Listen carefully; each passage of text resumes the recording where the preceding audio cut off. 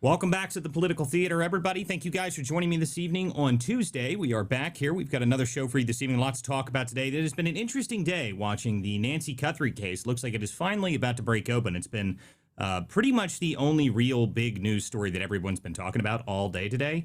I'm not really sure what anybody else has been talking about, to be honest with you. I mean, it's pretty much the only thing people have been focused on. They released some new footage out of that and some new images that we'll talk about. We're also going to go over a couple other things. There's a little bit of geopolitical stuff. It looks like Netanyahu is in D.C. It looks like he had a very interesting entrance to D.C. We'll talk about that as well.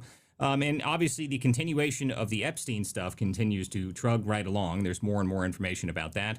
And also, we can talk a little bit about what's going on in Virginia. It looks like the redistricting stuff that's going up is they are trying to push that forward, but we'll see what happens with that. But the number one thing we're going to talk about for the majority of this show is probably going to be the Nancy Guthrie case, because it looks like we actually might see something real and breaking about this now.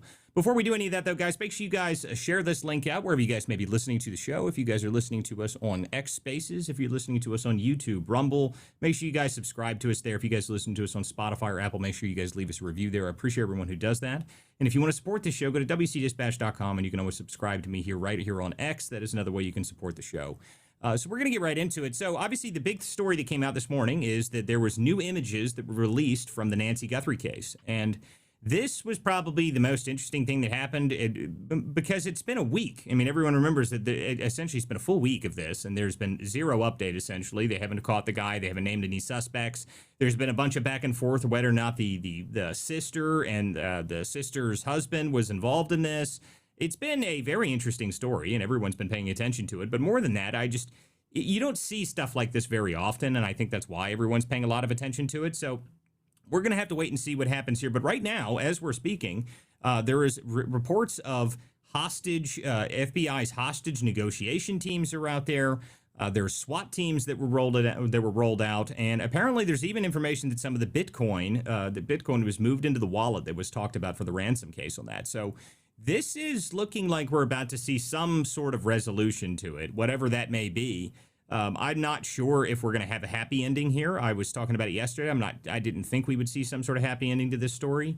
But this is, right now, as we're speaking, this is the current, it's about to happen, whatever it is. In fact, it's felt like this pretty much all day, that there's going to be some sort of break in the case today that's been constantly talked about. I did a little bit of analysis on the height of the guy from the image in the video. I took an image out of it, and I used the bricks next to it to determine what I thought his height was, which is about 5'10", 5'11", which isn't really that useful, to be honest, because that's a huge percentage of what most men in this country are anyway. But there's a bunch of other analysis that people did into it, and we'll see if we actually see some sort of break in the case. If we're gonna hear it, my guess is we'll probably hear it live on the show this evening. So we're gonna get into that. We're gonna watch that, and we're gonna be carefully monitoring that as we get through the show this evening. I got some people that are coming up here on stage. You guys are welcome to come up here and join.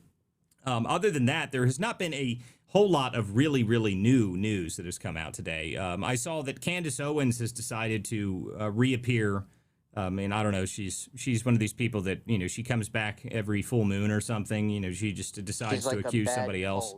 She comes back and decides to accuse Erica Kirk of, now Erica Kirk needs to be arrested. I don't pay any attention to this woman at all. But it's just obnoxious hearing her just return to the scene specifically so that she can say that, now Erica Kirk needs to be arrested, and everybody that's not questioned Erica Kirk by the police should be arrested, even though she wasn't even in the same state. I don't care about Candace at all, though. I mean, that woman is... I had forgotten she existed up until she decided to accuse Erica. I mean, what was the original thing she said she was going to say? Okay, so Erica Kirk, if Erica tells me to stop, I'll stop. Well, now it's Erica Kirk needs to be arrested, then I'll stop. I mean, what are we doing? I mean, it's just obnoxious to listen to be honest with you. So I don't really pay a whole lot of attention to her. It's pretty pathetic, if you ask me. But just please bring back the asylums. What's up, Vince? Can we refer to Candace Owen as Montezuma's revenge? That's pretty good. I like that, actually. That's pretty funny. Well, I mean, listen, to be honest with you, I'm not going to talk about it all. I'm not going to focus on Candace at all. I just figured it was worth mentioning that she exists again, and she's decided to return and inform us that she wants to be relevant by accusing somebody that is more important than her, that they need to be arrested. So that's what's happened today, essentially, from the world of Candace. So we can continue from Candace, though, but I'm much more interested to see what happens right now. It looks like the FBI has been all over this Nancy Guthrie case. They are on the ground. They're doing, there's actual door-to-door knocking right now that's going on in the neighborhood. It's, to me, I don't know what the original local PD was doing in this case, but it appears to me that they were not doing a very good job. I think that would be the best way to describe it. They must not have been very competent people. In this kind of case, with this high profile thing, I looked up to the stats for the Prima County, like how large that department is. It's still a pretty large department. It's got a couple hundred officers. I mean, it's, you assume it's probably got 20 or 30 detectives that are part of that are pretty senior. How they botched this so bad at the beginning, I'm not sure. But now that the FBI is involved, they released this new information from the Nest. Looks like they had Nest footage or whatever it is outside of their doors. It's very funny to listen to. There's a bunch of people that are out here like, oh my God, we learned today that the FBI can access the cameras outside of your house. Like, you just figured this out? Like, I mean, where have you been? I mean, what did you think would happen when you connected your camera to an internet cloud service? I mean, I guarantee you in their terms of service, it says law enforcement can use this if they request. I mean, I would not even be sort of shocked by that. But of course, everyone's, oh my God, we figured out that they've got access to it. Like, oh, you idiots. I mean, just please, if you think that the FBI can't access your Alexa in your house that you talk to on a regular basis, you haven't been paying very much attention, people.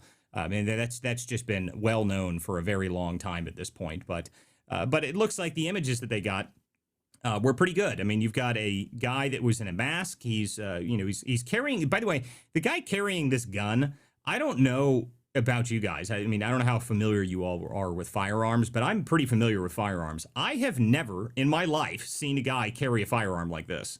Not once. Not even remotely, not a single time have I, and I'll pull up an image of it just so people can see what I'm talking about.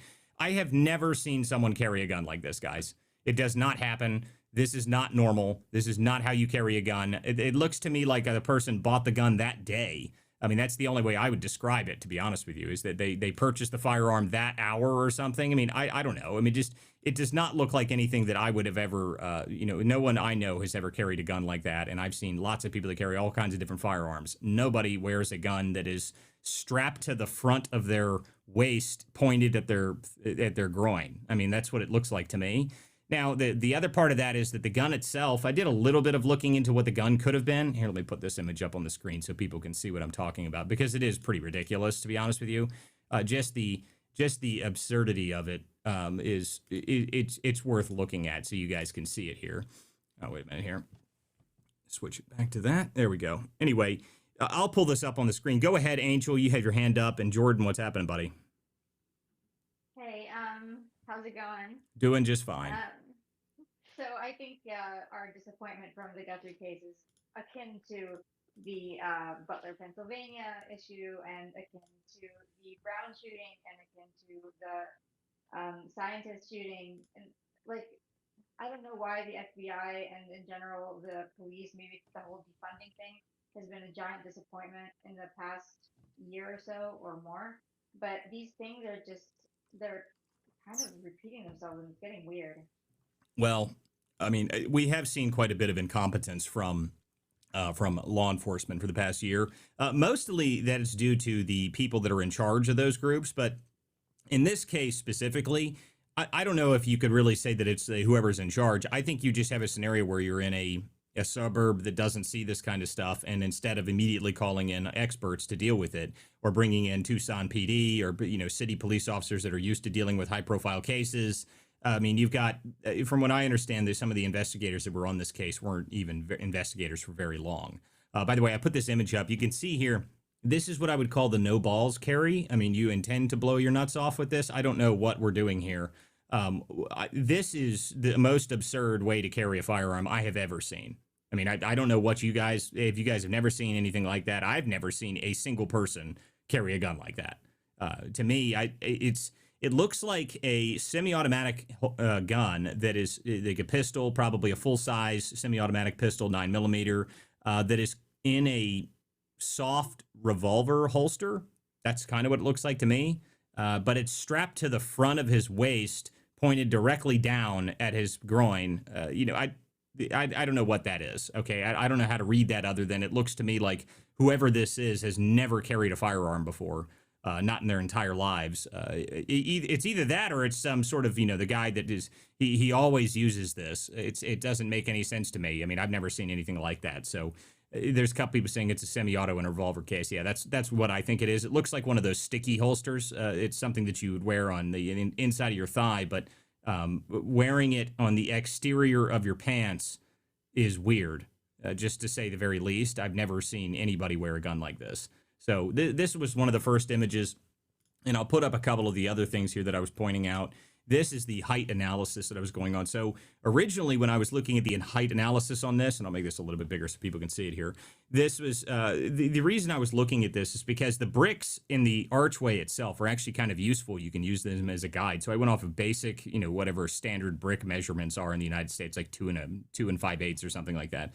But someone pointed out to me in the comment sections that this is a really common pattern of brick that's called burnt adorb or something like adorb or something. It's very common in Tucson. So I redid the analysis with the better photo, and it actually ends up to be just about the same anyways. The guy's about 5'7", 5'10", something like that. But just what we were going to see as a result of this, I don't know. I mean, this doesn't give you a whole lot to go on. He's completely covered up. There was a couple people that were trying to point out that maybe it was a woman. I don't think so, guys. This does not look like a woman, doesn't walk like a woman. His shoulders are broad. The only reason it was kind of interesting was the zoomed in image of the face. Looked like they might have been waxed eyebrows, but I'm not sure if that's actually what we were looking at. I think that might have just been the mask itself kind of cutting off the top of it. I will say that none of these images really point to any of the people that we've thought possibly was before. There was some people posting some images of the guy, that a band member or something of the Annie's husband or something like that. But this guy looks way too broad chested to be that person. So I don't think that's the case. If this is a kidnapping, though, this guy, by the way, the backpack he was wearing, he wore it and it was completely loaded when he gets here. So if it was a kidnapping, that looks like he had a full kit with him, which is, I don't know. I mean, this is a pretty interesting case. Just the fact that they were just now getting some sort of movement on it after a week or so. But we'll see. I think while we're on the show, we'll probably have updates on it. Go ahead, Angel. You got your hand up, and we can go around the room. Sorry, regarding the gun thing, the only reason I can imagine you would put a gun there is if it was a fake gun. Like if you're trying to be like, hey, get in the car, I have a gun and I will shoot you, and then you point down at your crotch or something. Because I can't imagine how that could be comfortable, especially, I mean, if you're loaded or anything, that is dangerous as hell. It Well, doesn't make sense, right? danger wouldn't be the way I'd put it, but just anybody who uses a firearm knows that this is not an ideal way to carry or like remove a firearm. I mean, that's the part. Like, if you have a firearm and you intend to use it, you've used one before, you would not carry a gun like this. That's what my point is. This is something that no one that has ever used a gun before is going to carry their gun like this. I mean, it just doesn't make any sense. That's the problem with it. I mean, just the way that it's you can see in the video here, and I'll put the video up here. I mean, what the hell is that? I mean, just it doesn't make any sense to me. I've never seen a guy wear a gun like this. No one I've ever known has ever worn a gun like that, but maybe I'm wrong. Someone could try and point this out to me, but it looks to me like a sticky thigh holster that he's got on the exterior of his pants, kind of strapped weird. I have never seen someone wear a gun like that, so very strange. Jared, how are you? I'm assuming you've been following this case all day, just like I have, and everybody else has. So how are you? What's happening, man? Yeah, we've been in the group chat exchanging messages about this the last few hours. So some breaking news right now. According to ABC News, the Pima County Sheriff's Office, with coordination with the FBI, has just detained an individual for questioning. They're calling it a person of interest. So I'll just read it here. The Pima County Sheriff's Department, with assistance from the FBI, has detained an individual for questioning in connection with the abduction of Nancy Guthrie. This just broke a few moments ago. I'm seeing on my TV right now, Jake Tapper on CNN is also reporting that. I have to say, in the last hour, I something told me that there was going to be a break in this case. Um, for one, you had FBI negotiators leaving the Tucson FBI office and heading to somewhere in the neighborhood where the media isn't, they can't really follow them. Number two, we saw that the Pima County Sheriff's Office, there was 2 trucks, 2 SWAT team vehicles filled with shields, filled with bear spray, and a whole bunch of other tactical gear. That happened an hour ago. Obviously, the FBI negotiators, and then number three, we've seen them, knocking door to door to door to door. And then obviously, the TMZ journalist Harvey Wine was just on with Aaron Burnett last hour and saying that, there was activity going in the Bitcoin account. Now that could be fake, right? Because $300 being deposited there, that could be fake. Well, I mean, But it wouldn't they be have even detained. if Yeah, it doesn't have to be fake. I mean, from what I would have gathered from that, if they managed to dust the wallet, is that maybe the FBI has a way to trace the wallet now, and maybe that's why they did it. I don't think it would be necessarily a fake scenario in that way. I think that might have been something else that we just don't understand yet. But that would came out of TMZ, and they would have had access to the wallet because they were the ones that got the ransom in the first place. So they would have seen what if that wallet's got anything that gets deposited into it, they would be able to see that. But I don't know how much that's going to really be relevant. Right now, there is two sides. I mean, FBI's hostage response team is there, which I think is actually kind of interesting. If it's hostage response being there, that would be good news. Maybe they actually intend to find her alive or something. Maybe that's good news actually. But it sounds you said that a person of interest has been detained. I haven't seen that yet, so let's take a look and see if I can find that. yeah, Who that's been reported that? confirmed. Yeah, that's been confirmed by virtually every news outlet so far. I will say though, and I'm not a federal law enforcement agent or anything. Let's say, for knock on wood, obviously we all hope Nancy Guthrie is alive, but let's say she is not alive. It's still useful to obviously have FBI agents negotiating with this possible suspect because he could be a threat to law enforcement, a threat to the community. He could be trying to take other hostages um, as something is happening. So it looks like there hasn't been um, like I'm sure you have the media probably getting in their cars right now, rushing to whatever address this suspect has been detained at, or let's just call him person of interest because that's what they're calling him.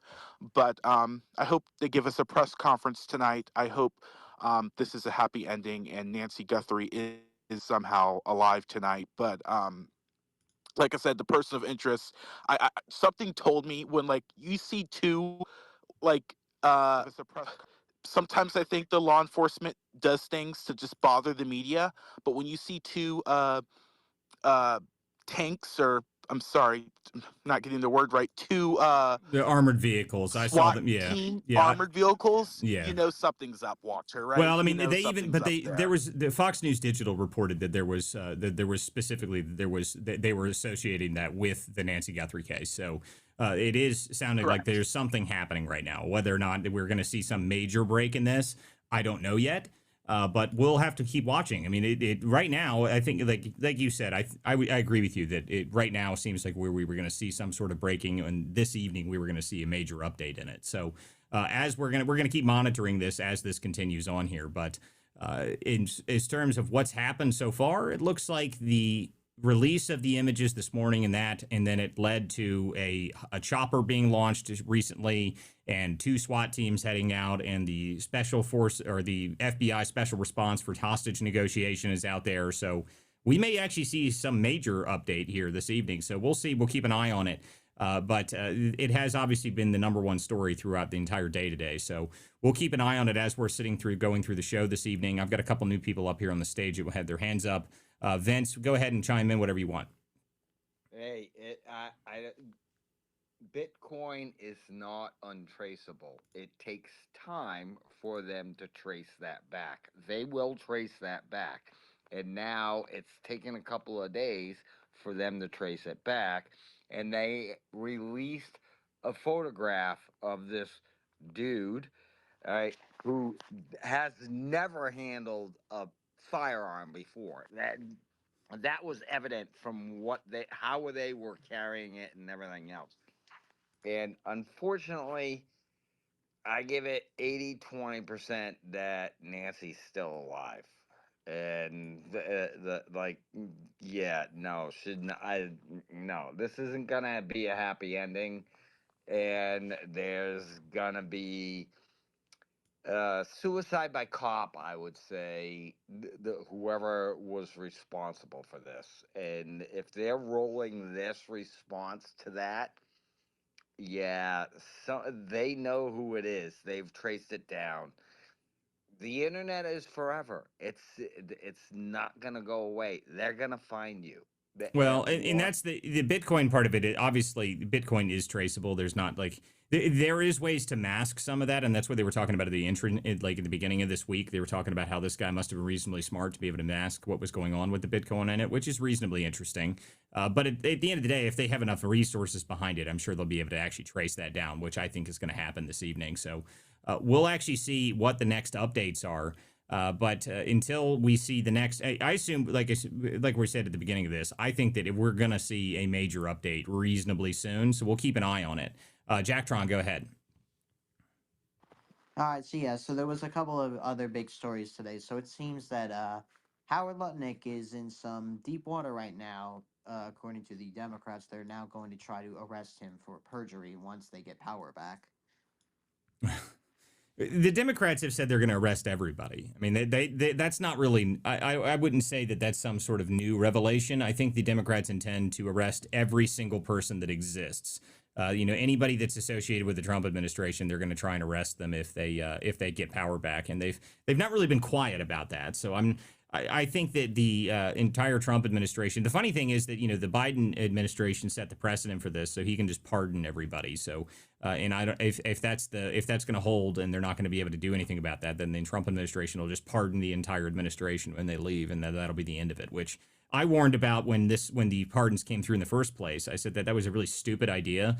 If the Supreme Court allows pardons for no crimes or for imagined crimes or crimes that could have been committed, I said that it was a bad thing to do because then it sets the precedent that every administration pardons their entire administration when they go out the door.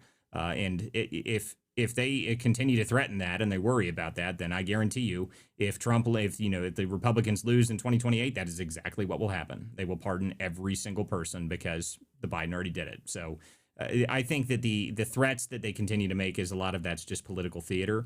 That's part of it. I mean, that's always we're going to resist super hard and we're going to arrest everybody that That's pretty standard on there for the Democrats. So I'm not too surprised by that. Okay. Yeah, but go ahead. but there was also some other stories like that was today. Like there was this hearing with the heads of Border Patrol. Like I think Greg Bavina was up there, and and you had just a huge circle of stupid in terms of the questioning. Like the Democrat LaMonica MacGyver, she says like, "Are you religious? Like, are you aware that you're going to be burning in hell?" That's literally what she said. Listen, these hearings, just like I said a minute ago, political theater is the best way to describe these things. All of them are like that. I mean, I even saw at one point, what's his name? My favorite, Swalwell, Fang, Chinese spy lover. That he was up there and he had the AI image, like they actually printed out the giant AI image of the shooting of Alex Peretti. Like, I mean, come on, dude. Like, you could have just used the normal image. The normal image was like it's damning enough by itself. I mean, why wouldn't you just use that? But no, he used the AI image of the guy without a head. Like it's retarded. Like I mean, it's so stupid. No. He went after him for the 5-year-old. All Oh, right, that's and right. That's right. That was a different guy, the 5-year-old. Bongino went, yeah, we protected him when his father abandoned him. So sorry, wrong guy. The other Democrat that used the image of the AI That image. was, I think, Dick Durbin. Yeah, well, I mean, and all of this again is these hearings are all stupid. I mean, I can't stand the C-SPAN hearings because none of them are actually useful information. Very rarely is there something useful discussed in these C-SPAN meetings. I mean, it's almost always just how can we get our next gotcha for our next campaign ad or something like that. I mean, that's like almost all of them. So it's not really that useful of information. Yeah, and speaking of campaigns, it needs guys, to be described. Guys, try not to cut each other off. You got to remember there's a lot of other people listening in other streams, and crosstalk does not come across great. Doesn't come across great. So just try and keep that in mind, guys. All right, yeah. So, and speaking of campaigns, I think Trump just made a huge mistake. He just re-endorsed Maria Salazar, who wanted to give amnesty to over 20 million illegal aliens. So I don't know why he did that. Okay, I've met this woman personally. nothing. There's nothing really that impressive about her, in my opinion.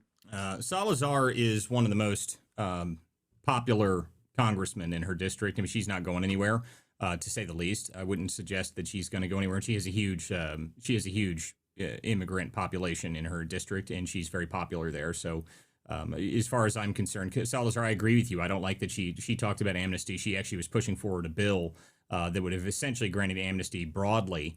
But in terms of her going anywhere, she would win that election with or without Trump's endorsement. To be honest with you, Salazar's very popular there. So, I mean, that's just a simple win. I used to live in her district for 4 years. Nobody there speaks English. Yeah, I mean, it's not someone that's going to go away. Okay, Jared, go ahead. Yeah, I was going to say Trump makes a lot of mistakes when it comes to endorsing.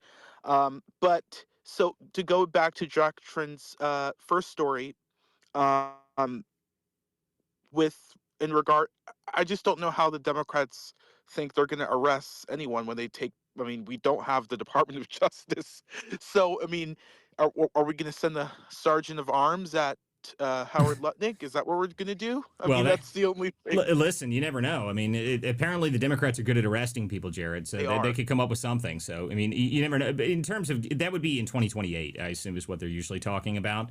I mean, even if the Democrats retake the House, guys, they can't. I mean, the best they can do is hamstring the Trump agenda. They can't go and arrest people. I mean, it's the same problem that the Republicans had when they retook the House. Okay, I mean, they took the House, and then what did they do? They sent referrals constantly to the DOJ, and the DOJ just ignored them. So, I mean, it's not any different for the Democrats if they get back in charge. I do find it interesting. There's a bunch of people that are on the of the Democrat side that oh my God, you guys can't win the midterms once they happen. It's all over for you guys. Like, well, okay, so the chances of you taking the Senate are very small. Okay, of actually retaking the Senate is very small. If they did manage to retake the Senate, then what are you going to do? You're going to impeach Trump and put Vance in charge, and what are you going to impeach Vance? I mean, it's just going to be an endless circle of nonsense if they keep doing that stuff. But even then, they still don't have Department of Justice until 2028, so that wouldn't even help them there. So it's again, I say that all of these hearings, almost all of it, is just theater. So they're just going to keep talking and make sure that they want to keep bringing stuff up. Well, even if we did win the Senate, which I don't think which I agree with you, Walter, which would be a long shot. But even if we did win the Senate, we still would not be able to convict Trump of any harm or misdemeanor. I mean, we would need 2/3 of the Senate just to do that. Yeah. But I don't know. These days, you have Senate Republicans who sometimes do vote. I mean, like, if you ask me in 2020, when you actually had 5 Senate Republicans in the Senate body vote to actually convict the sitting Republican president. So you never know these days. Schumer can concoct anything up. I will say there was also some other news, very bad news for Jeanine Pirro, U.S. Attorney of D.C. And Walter, we talked about this. You and I always talk about this, right? About the grand juries where prosecutors in DOJ, Pam Bondi's prosecutors, always go to the grand jury. What happened here in Letitia James? They went to the grand jury. Did you see this? Tried to indict Senator Mark Kelly in the as Jack Tron reminded me last night, the seditious 6, and the grand jury said, "Get the hell off my desk." So they couldn't even indict them again. It's these people can't revenge right. So I don't. Did you see that? Yeah, I saw that. But to me, I never even thought that was going to go forward. I didn't think they were going to indict him there. Now, what they did do was they actually docked his pay from the Department of War. So that's something that already happened. I thought that was going to be the only way they'd be able to do anything, to be honest with you. The only way you'd be able to prosecute or do anything against Mark Kelly was going to be through military court. And that was only because he was a retired military officer and had a retired rank. And that's the only way you'd be able to do anything with it. So the idea that he was going to get indicted on something, I didn't think that there was enough there to be able to do that. And being able to get a grand jury to say that, some senator said something and you need to arrest him for it, unlikely in the first place. I never thought they were going to be able to do that with Mark Kelly. I did think that the military court itself specifically is the only way they were going to be able to do that, which they did. I mean, they did dock his pay from inside the Department of War, so he did have repercussions for it. It's just, I mean, the only other thing that could have happened there would have been if Mark Kelly was recalled to service. They vacate his Senate seat. And then after they vacate his Senate seat, then they prosecute him in a court martial. That would have been the only way that could have happened. And I never expected anything else to happen from that other than some sort of version of that. And by the way, someone in here is mentioning here, something saying that I've never heard of an appendix carry. I have never seen someone wear an appendix carry firearm on the exterior of their pants with the wrong holster. So, yeah, I've heard of an appendix carry, and none of the people that wear an appendix carry wear it on the exterior of their pants in the wrong style holster for the gun that they're carrying. So no, I have heard of it, but no one wears it like a retard like this person did. So that's just nonsense. I will say, so back to the one for the, I guess you have two Arizona because you have the senator from Arizona, Mark Kelly. But I will say though, yes, I agree that you, Walter, I mean, you're a pretty smart guy in MAGA, and I think you know that they're not going to just win this by, drafting an indictment and, telling. And again, they went to a grand jury in Washington, D.C. So you're going to a grand jury, people that live in Georgetown, okay, who work, as producers for CNN and think that they're going to indict Senator Mark Kelly. That's not going to happen, my friend. However, they think that they can do this, right? So MAGA supporters, the people that actually don't know, are looking at this and they're like, oh, great. Janine Pirro, the U.S. Attorney of D.C., just tried to indict a sitting U.S. Senator. And the grand jury's like, no, we're not going to do this. So this is really not a problem. I'm seeing MAGA say, well, Pam Bondi, she's running to a brick wall. She's not a judge. She can try to charge someone. They can try to do a grand jury, but if a judge ultimately dismisses it, then that's what happens. Yeah, well, again, Jared, I don't particularly care about Senator Kelly. That's some story that I never thought was going to go anywhere in the first place.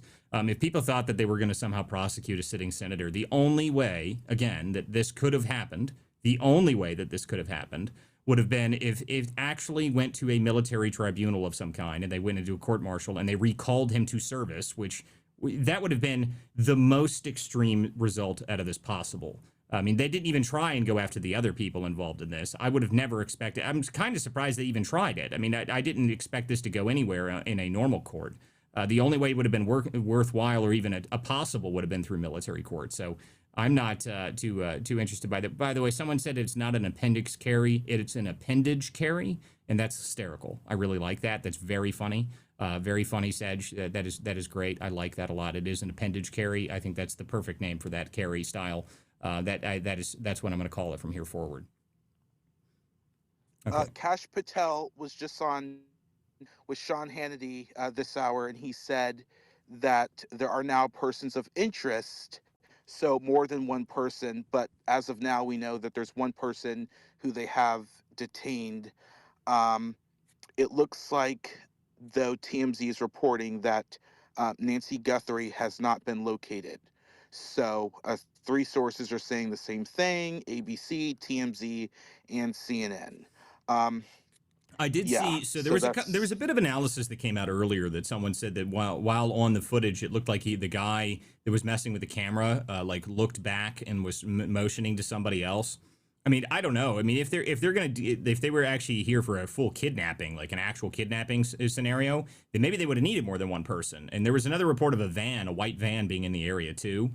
So I don't know. This might have been a serious, very, very high-level operation with multiple people involved, and maybe they have more people. But I will say that the amount of information that's happening is pretty interesting. The amount of response that's happening currently. That's why I'm saying we're going to have to monitor it throughout the show this evening. Okay, I've got another person up here. What's up, Christian? Hey, Walter. Thanks for having me on. Of course. What's up, buddy? So seeing all this and supposedly, they didn't have a subscription to the camera and stuff, really concerns me, as to, that this technology is very, very dangerous. And I think the American people should really be concerned, because this stuff, can get abused, and it's just, who knows, how far, government can use this and abuse this on the American people. Well, I brought this up before. The reality is that if anybody didn't think that they could do this already, you kind of were missing it. I mean, I don't think that there's a possibility where this is something they couldn't have done. I'm not surprised at all that they had access to it. I mean, I was just talking about the fact that, guys, it's very likely that they have full ability to, look at your cameras. You can do all that, especially for law enforcement. I guarantee you it's in the terms of service for all these things. I don't even sort of doubt that. So, I mean, the idea that, oh my God, it's scary that they can do this. I mean, there was even a moment today, someone brought up Ring cameras had an ad talking about looking for dogs, and then everyone was freaking out that they were going to use it for surveillance. Guys, again, if you sign up for a cloud-based service that's watching cameras outside of your house, if you think that law enforcement can't get a hold of that, you're nuts. I guarantee you they talk about it in the terms of service. 100% guarantee you that's actually in terms of service. I would be shocked if it wasn't. I don't think it's really that surprising to me that the law enforcement has the ability to look at these cameras and they can use it as for that. I mean, of course they are. It's cloud based. It's a large company. They're gonna give the feds or anybody who asks access to it if they need it. Of course they are. And did you see there was also another sub story today? So basically, a person, I believe a reporter there on site, ordered pizza or ordered I did see that. DoorDash or whatever. I saw that. And a delivery Domino's incompetence. Domino's arrived at the scene and walked straight up to the front door. One dude, like the Domino's guy, like, okay, whoever ordered it is an idiot. And I saw the Prima local county PD put out, said, we can't believe we have to say this, but don't order pizza to the crime scene. But for the other side of this is, what idiot that works for Domino's rolled up, saw media, cop cars, the FBI, and was like, you know what? I'm going to walk right up to that door and try to deliver this pizza. Like, I mean, come on, man. Like, you might need to use a little bit better judgment. And I just saw the video of the guy, like, walking like he had no idea what he had done. Like, oh my God, dude. Like, how did that even happen? I mean, just amazing. Somebody needs to tip me. Yeah, seriously. The guy needs a big tip for that one. I mean, that's the most ridiculous part of this story today. Just the pizza delivery straight to the crime scene, where he walked right over top of the blood, walked right up to the door where it's in the middle of it. It should be an active crime scene, just amazing to me. That was so stupid. I can't believe that even happened. Yeah, and also, well, I mean, I can't believe we have to say this, but sheriff's office, please keep your crime scene secure. Like, it's not on a pizza delivery driver. I mean, I just feel bad for the guy. Poor guy's just trying to, like, make a couple $1 tips here and there and just delivering lunch, and just walks straight into a crime scene. Yeah, I mean, that. I agree with you. I mean, like, but you can't put that on the media. All the cops were eating the donuts. They weren't looking for the pizza. Yeah, well, whatever they were doing, it was not wise. That was just ridiculous to me that happened. I mean, just watching that, it was like, oh, come on. I mean, seriously? Like, that's really what's happening right now, that you've got pizza delivered straight to the door of the crime scene. Kind of amazing to me. But go ahead, Christian. You got your hand up.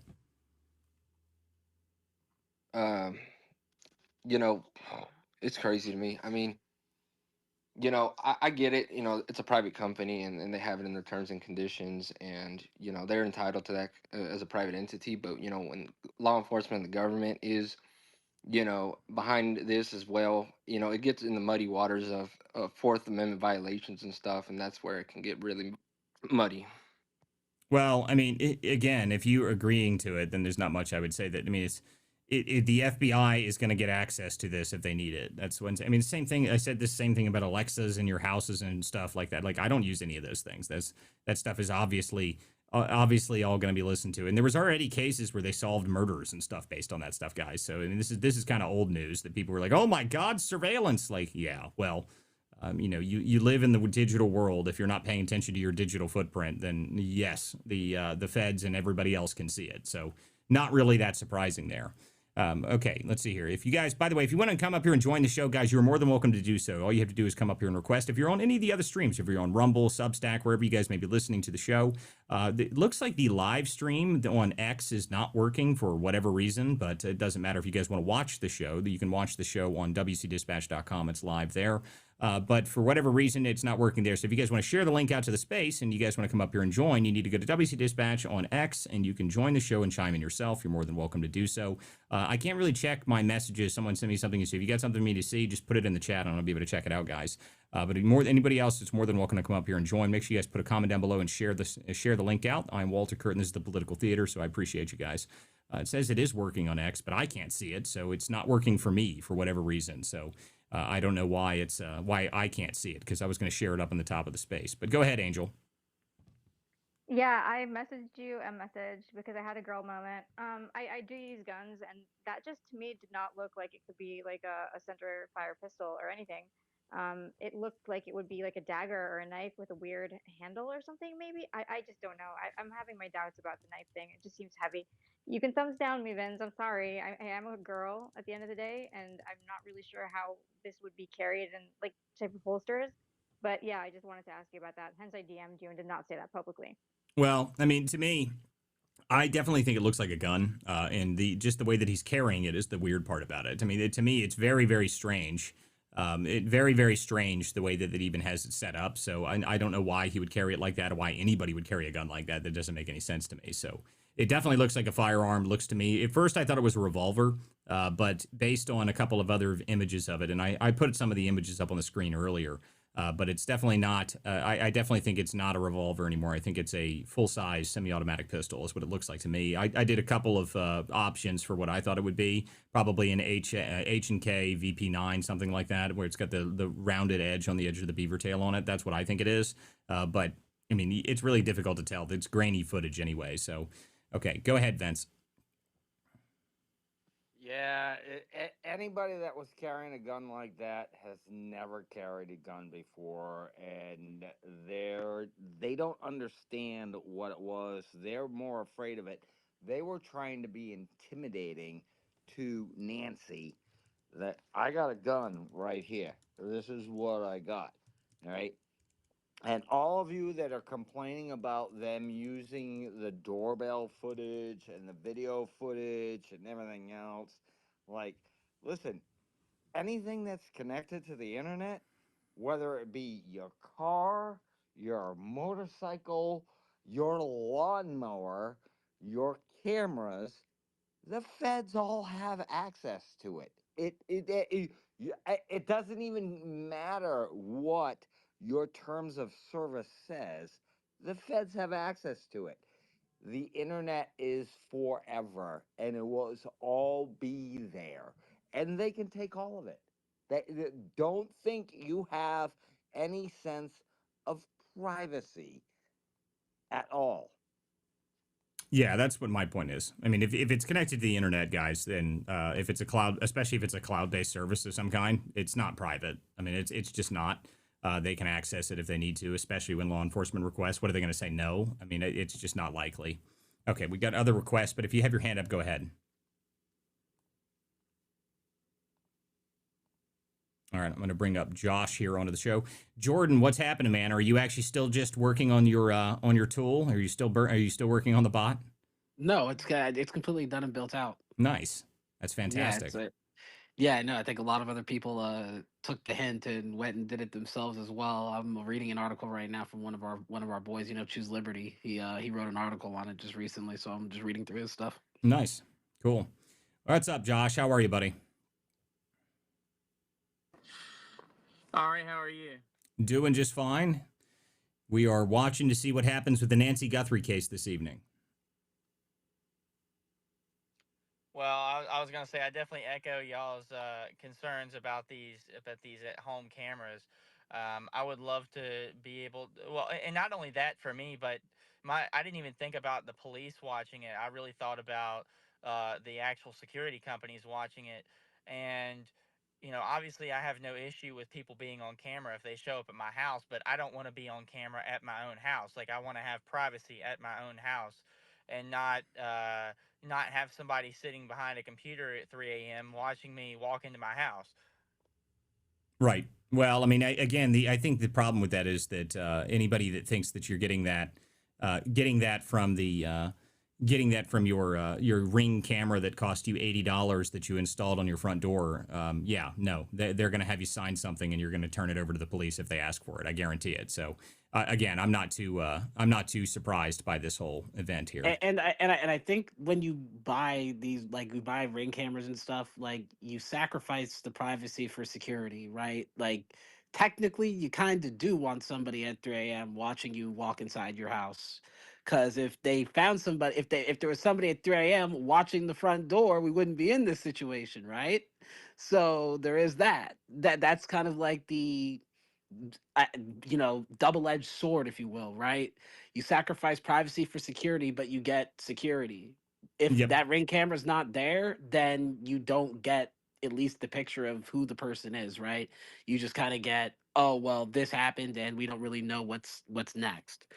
I do think that, on the other hand, like, when you go back and you look at security in general, this is actually a good thing. I know everybody wants to complain about the surveillance state, but, like, I always tell everybody, go back 10 years. There's no difference between now and 10 years ago. Realistically, there's not. The only difference is that there was ATMs and there was phone booths. And when those were there, those had cameras in them too. And so do ATMs. So either way, they're still going to track you. They're still going to find a way. Most stoplights now, they have cameras in them. They're going to see you walking or driving or running or biking or going anywhere down the street, right? The best you could do is go into the woods, and then they still know where to look. It's like, you have to, it's just, when you think about it, it's not like there's no difference between 10 years ago and now. It's just the fact that now the technology is so sophisticated that instead of them Good finding morning, you. good morning, everybody. Oh, Good okay, we're gonna morning. go ahead and remove you. But instead of it taking 20 minutes to find somebody, now they can find you in 50 seconds, right? Yep. And realistically, the judge, whoever it is to get the warrant, he's going to wake up out of his sleep and sign that warrant to find the missing person. Especially in any small town, he's just going to do it. It's not like, it's New York City, Manhattan. You got to get a judge out of bed at 1:30 in the morning for a robbery. He's not going to do that, right? But in a smaller town, yeah, of course the judge is just going to wake up and say, I want this case to end now. It's Yep. just that simple. Yeah. I mean, I don't think they have any problem getting that warrant, even if they needed it. My guess is To they'd be rather. honest with you, to be honest with you, it's such a big case at this point, Walter, that I'm pretty sure that that Ring is like, dude, we'll help you in whatever way. Because they actually, speaking of which, this is just funny that they got this on Ring camera, but Ring just actually signed a new AI deal that actually tracks dogs, right? Yeah, I saw that. So they can use the AI to actually track exactly where this person went all the way until there's no more Ring cameras left. So, like I said, what do you want to sacrifice here? You're like, I don't want somebody at 3 in the morning, dude. I'm Yeah, I sorry, mean, but, guys, like, it you really threw is. that away a long time ago. Yeah, that's already long gone. By the way, there's a bunch of people saying that they just detained somebody, a person of interest. Yes, guys, we've already mentioned this before. There was someone about 30 minutes ago that they have detained a person of interest. We don't have any updates on that.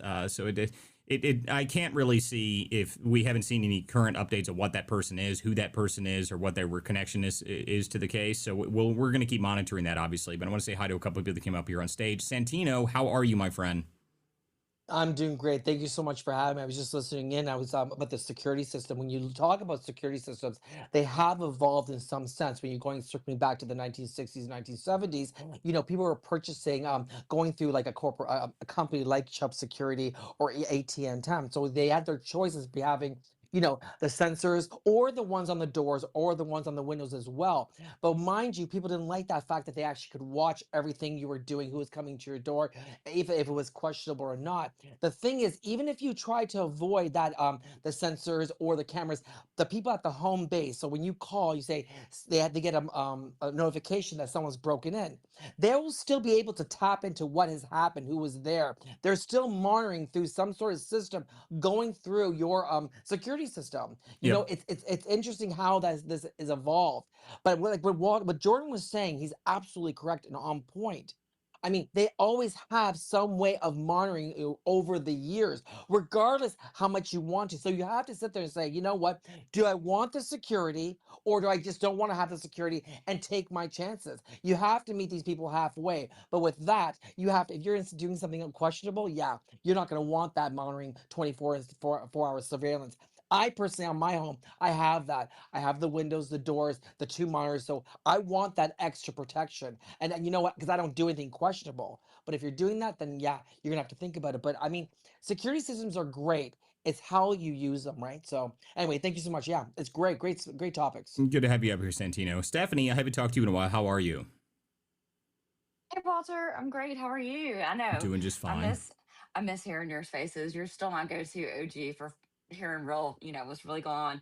So as soon as I saw like, what they were talking about with AI and all this, I had to post an article in the Purple Pill that was fascinating because this came up in a space that I was in a few weeks ago.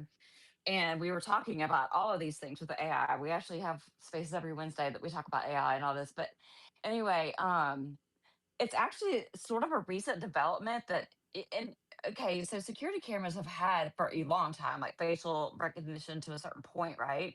Like you can say, don't give me a notification. I have my car scanned in mine. For example. So I don't get a notification like if my neighbor's car drives up, you know what I mean? So anyway, this just happened in December of 2025, so just a couple months ago, there was, and this is sort of a slippery slope with anything. Whenever, okay, when you sign a whatever you sign, like that fine print, like if you remember that South Park episode with the apple, um, it's kind of like that, like 23andMe, when people sold, did their DNA, and then 23andMe sold to another company, and then all of a sudden everybody's DNA is out there on the free market. So anyway, there's a small company that I believe I have the article pulled up. Hold on. It was a small company called Familiar Faces or something like that, and they specialized in surveillance, special, almost like, law enforcement type Hmm. facial recognition. So then uh Amazon bought the company, and then I can't remember what direction it went in, but Amazon pretty much bought up Ring and this company. So in essence, that somehow with all they almost like bought the rights or whatever, that the security that people signed away. That is when the ring cams really went online, and they were enabled more than just regular security cameras to do facial recognition. In fact, there's a lawsuit right now. It was maybe just a couple of weeks after this happened and the ring cameras really started, being able to do this. There was the first arrest, and this kind of is very close to like Minority Report. There was a pizza delivery guy or some kind of delivery guy, I can't remember, that delivered something to a house, and somehow the camera picked it up, and I guess he had a warrant out for it, and he deserved to He be had in a jail, warrant out. so they arrested him. Yeah, That's yeah, wild. he was like a wanted felon. I mean, he was a violent criminal. But anyway, it somehow went through, that facial recognition, and went to law enforcement, and they arrested him. So they found him because of that. And to me, that's great. I think that's fine. But, of course, it's going to spark a lot of controversy. So yeah, as soon as Yeah, I well, saw Ring all that tells cameras, me, yeah, Stephanie, is read the fine print, people. If you've got one of these things, if you care about that stuff, then read very carefully about what they say, because even if you do they are though, a using it. company, They're using it. I'll say that. I mean, that's pretty obvious. I think it's great. But the thing is, if you read it and you sign it, and you're like, okay, this company's legit. If they sell it to another company, you're fucked. I mean, that's kind of the point. So anyway, yeah, it's interesting. I put the article in the pill. It's kind of cool. It breaks it down pretty good. So anyway, had to tell you But that. Yeah, that's pretty interesting. So, but here's the problem with that. Okay, that you read the fine print, you know what's gonna happen, what they're gonna do with your data, that they say they're going to do, and the feds don't give a crap about your personal agreement with your provider. Okay, they're gonna take the data. If it's on the internet, it's available to the feds. It's going to be sucked up. It's going to be collected. The NSA, the CIA, everybody is taking that data. The FBI, they can access all of it. It's like, Well, I mean, the reality is that this is old news, guys. To be honest with you, I mean, yeah, like anybody who thinks this is new stuff has just not been paying very much attention. you, At this point, the you, one there is difference no now, privacy. there's, I None. mean, there's not. I mean, the reality is that all this stuff is already out there.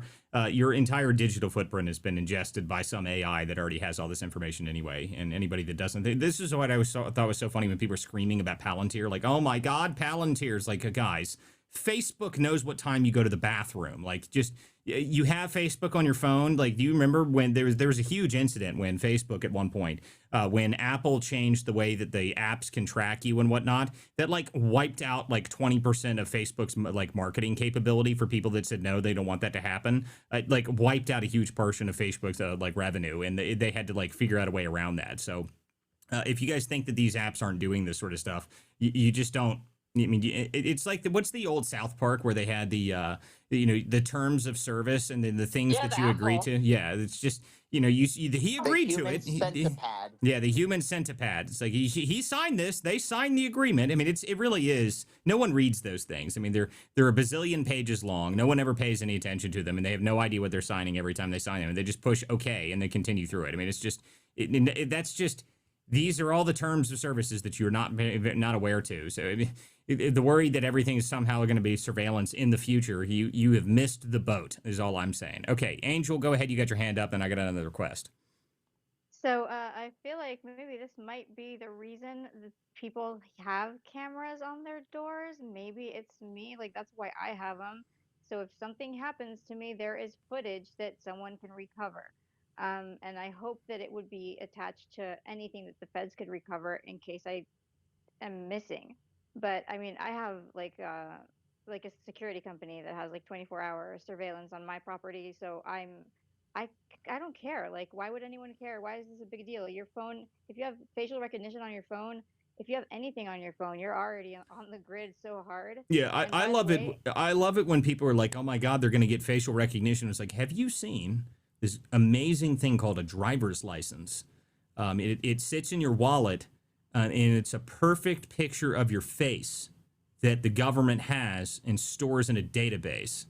Now, there's also these other amazing things called passports that do the same thing, but it's in a book form. It's a little flip page. Yeah, that's called a passport. So anybody that thinks that this data isn't sitting somewhere in the government servers, like you guys, come on.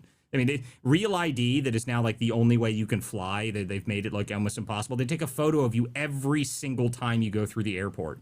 So like the surveillance stuff that exists from this, I'm sorry, people, like it ain't going away. And the other side of this is at least now we've got people that are starting to pay attention to the tech that we need to have, because before I think all that stuff was just owned by anybody and they could do whatever the hell they wanted with it. I mean, essentially China was just ingesting all of your data and just doing whatever the hell they want with it. If you had TikTok on your phone up until just a couple months ago, it was just it's just an app sucking every piece of data that exists for you. So again, Which is why we I'm need not Palantir, right?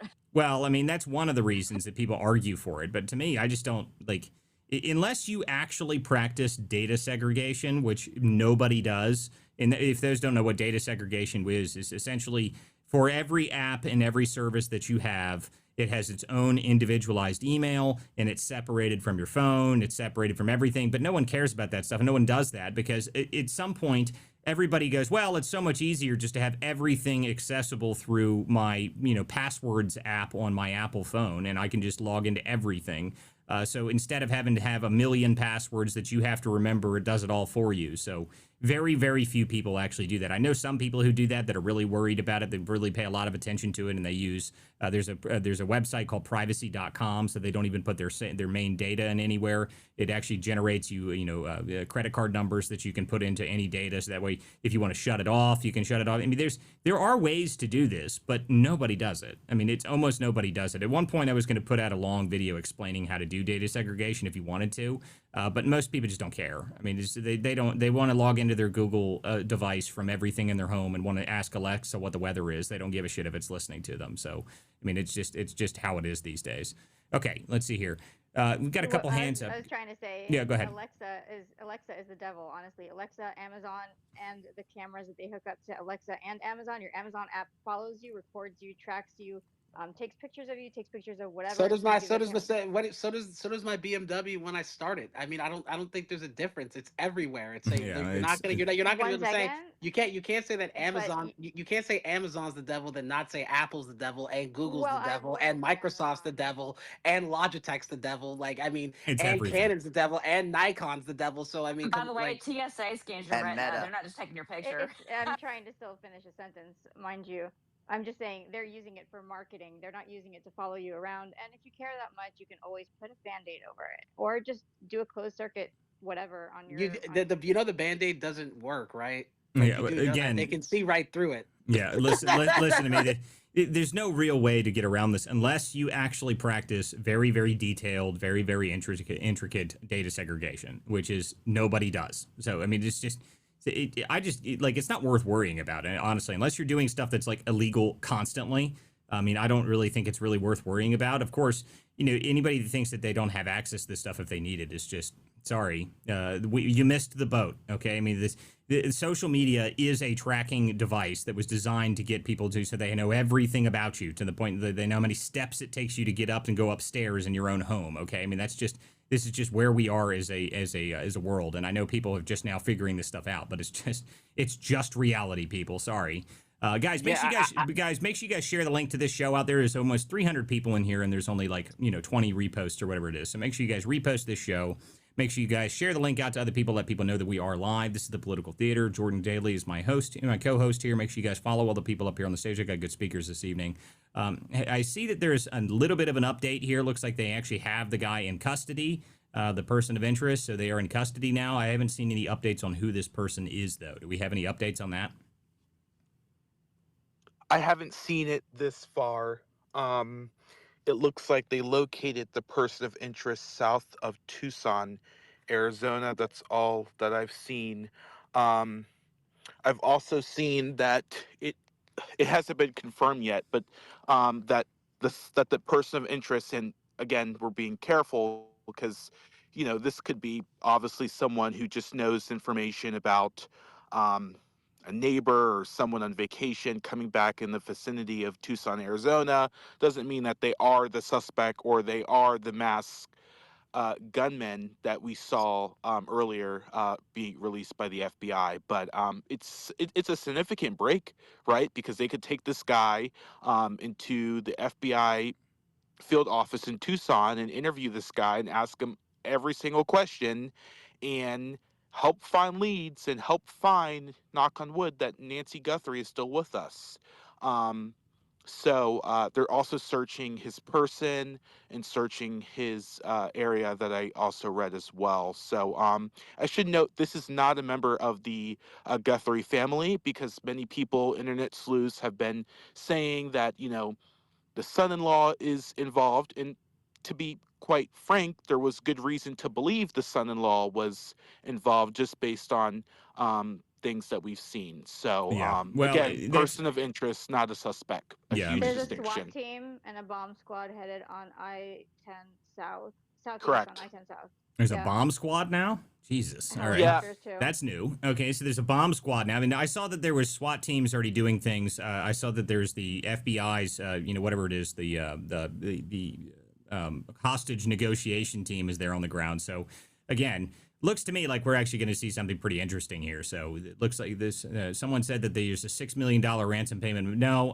guys, the $6 million. They didn't deposit $6 million was made. That didn't happen. It was $300. Okay, so the $300 there was activity in the wallet, and it was $300 that was sent. Not the $6 million, unless there's some new update that I've completely missed. But the only update I saw for people activating the Bitcoin wallet was that someone sent it $300. Okay, we got another person up here on stage. What is up, Godfroy? Thank you. Yeah, I just had a question for you. At what point is Trump going to actually arrest somebody? It's like he's allergic to arresting people from the deep state. And again, I know from my end that he was all talk to begin with, and that he's only here to cover up Epstein. That's all he seems to do, from Epstein Bindergate to July 7th when the DOJ sent out that memo that Epstein's been covered up. and he's still in violation of federal law, having only released 50% of the Epstein files. So like, and Todd Blanche just said there's no case still. So like, at what point are people in MAGA going to realize that Trump is he lied about the deep state? Well, okay, so He has Bill Gates over to a royal dinner instead of arresting him for COVID. Like, when is this guy going to show up? well, so you want to arrest people, but you have to secure indictments to be able to arrest people. And so far, the DOJ has not been able to get indictments on essentially anybody. So no, I'm not happy about the fact that anybody hasn't been arrested yet. That's ridiculous. Now, in terms of saying that Trump is only here to do that, as far as I can tell, the amount of Epstein files that have been released right now is more than anybody has ever seen for anything ever before, ever.